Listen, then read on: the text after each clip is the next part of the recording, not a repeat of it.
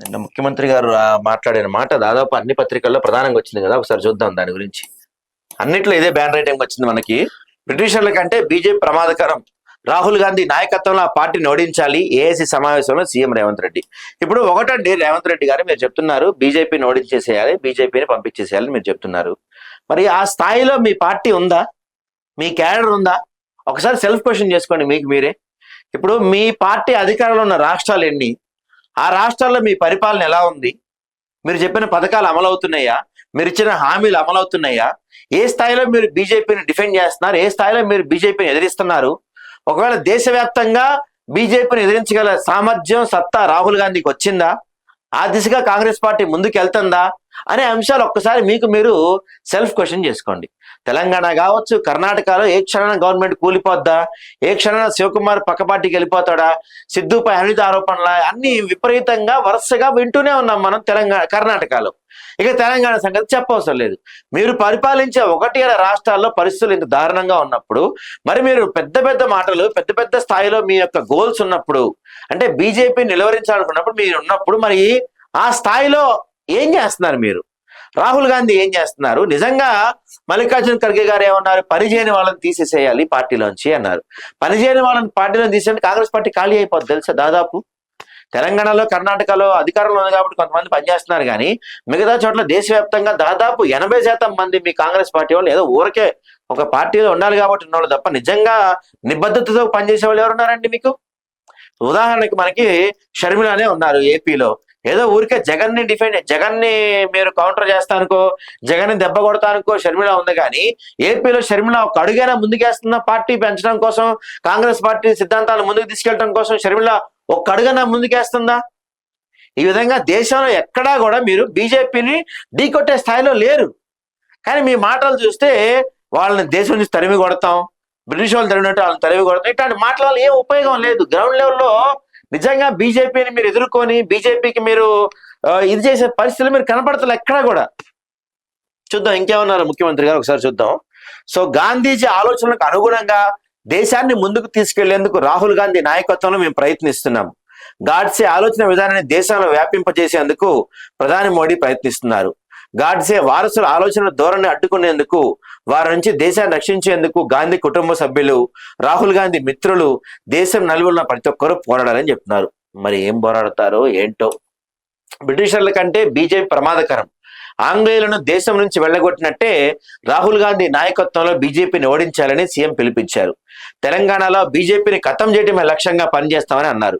గుజరాత్ లోని అహ్మదాబాద్ 2 రోజుల పాటు జరిగిన అఖిల భారత కాంగ్రెస్ కమిటీ సమావేశంలో బుధవారం ఆయన ప్రసంగించారు.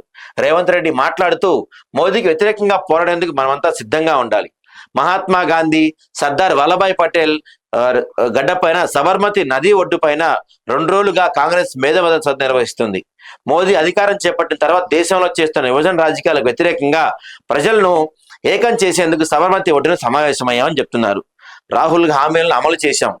రైతులకు వ్యతిరేకంగా మోడీ నల్ల చట్టాలను తెచ్చారు. వాటిని నిరసిస్తూ రైతులు 15 నెలల పాటు ధర్నాలు చేసిన కేంద్ర ప్రభుత్వం చర్చలకు రాలేదు. మోదీ మణిపూర్లో మంటలు రాజేశారు. దేశ మూలవాసుల జీవన హక్కులను కాలరాసే ప్రయత్నం చేశారు. ఇక మరోవైపు కన్యాకుమారి నుంచి కాశ్మీర్ వరకు రాహుల్ గాంధీ 4000 కిలోమీటర్ల పాదయాత్ర చేశారు. కులగణన, రైతు రుణమాఫీ, యువత ఉద్యోగాల కల్పన, మహిళల సంక్షేమం పైన వాగ్దానాలు చేశారు. పాదయాత్రలో భాగంగా తెలంగాణకు వచ్చినప్పుడు కులగణన, రైతు రుణమాఫీ, నిరుద్యోగ నిర్మూలన, మహిళా సంక్షేమానికి రాహుల్ గాంధీ హామీలు ఇచ్చారు. వాటి ప్రకారం తెలంగాణలో కాంగ్రెస్ ప్రభుత్వం ఏర్పడిన 10 నెలల్లోనే 25 లక్షల రైతు కుటుంబాలకు 21,000 కోట్ల రుణమాఫీ చేశాం. రాష్ట్రంలో కులగణన చేసి చూపించాం. కులగణనపై రాహుల్ గాంధీ మాట్లాడతారనే భయంతోనే ఆయనకు లోక్సభలో మైక్ ఇవ్వలేదు.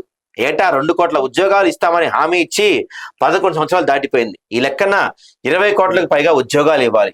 మోడీ, అమిత్ షాలకు మాత్రమే ఉద్యోగాలు వచ్చాయి. ప్రతి ఏటా 2 కోట్ల మంది యువతకు ఉద్యోగాలు రాలేదు. గాంధీజీతో 30 ఏళ్ల పాటు బ్రిటిష్ పాలనకు వ్యతిరేకంగా దండి సత్యాగ్రహంతో పాటు అనేక పోరాటాలు చేశారు. కానీ బ్రిటిష్ వాళ్ళు ఎప్పుడూ ఆయనపై లాఠీ ప్రయోగం చేయలేదు. స్వతంత్రం వచ్చిన 6 నెలల్లోనే గాంధీజీపై గాడ్సే తూటా పేల్చి హత్య చేశారు. గాంధీ ఆలోచన ధరంతో ఉన్న మనమంతా గాడ్సే వారసులను మోడీని ఓడించాలి. దేశంలోని మూల ఉన్న గాంధీవాదులను మోడీ వ్యతిరేక పోరాటంలో రాహుల్ గాంధీకి అండగా నిలవాలని విజ్ఞప్తి చేస్తున్నా. రైతులు, యువత, మహిళల కోసం ఈ సమావేశంలో సాగిన చర్చలతో నేను ఇక్కడి నుంచి వెళ్తున్నాను. మేము నిజాం ప్రభుత్వం కింద ఉన్నప్పుడు జవహర్ లాల్ నెహ్రూ నాయకత్వంలోని వల్లభాయ్ పటేల్ నేతృత్వంలో తెలంగాణకు స్వతంత్రం వచ్చింది. అందుకే గుజరాత్ ప్రజలతో, వల్లభాయ్ పటేల్ వారసులతో మా తెలంగాణ ప్రజలకు సంబంధం ఉంది. అలాగే తెలంగాణ రాష్ట్రాన్ని మాకు సోనియా గాంధీ అందించారు. వల్లభాయ్ పటేల్ భూమి నుంచి నేను ఒకటే చెప్తున్నా సోనియా గాంధీ నాయకత్వంలో మేము బీజేపీని తెలంగాణలో అడుగు పెట్టనివ్వం. ఆ పార్టీని ఎవరు క్షమించరు.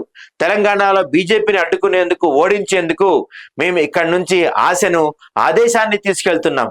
రానున్న రోజుల్లో ఆ పార్టీని ఓడించే బాధ్యతను ప్రతి కాంగ్రెస్ కార్యకర్త, గాంధీ వారసులు స్వీకరించాలని నా విజ్ఞప్తి అని రేవంత్ రెడ్డి అని చెప్తున్నారు.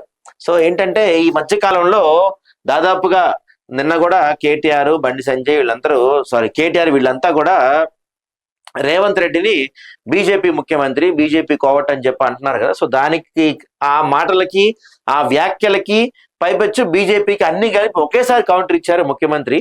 మరి చూద్దాం దీనిపైన బీజేపీ వాళ్ళ కౌంటర్ ఎలా ఉండబోతుంది వాళ్ళ అనేది మనం చూడాలి. మరి ఇంతవరకు బండి సంజయ్ కానీ, రఘునందన్ కానీ వీళ్ళు ఎవరు కౌంటర్ ఇవ్వలేదు, వాళ్ళు ఇస్తారు గట్టిగానే. దీనిపైన చూడాలి మనం ఎటువంటి కౌంటర్ ఉండబోతుందో.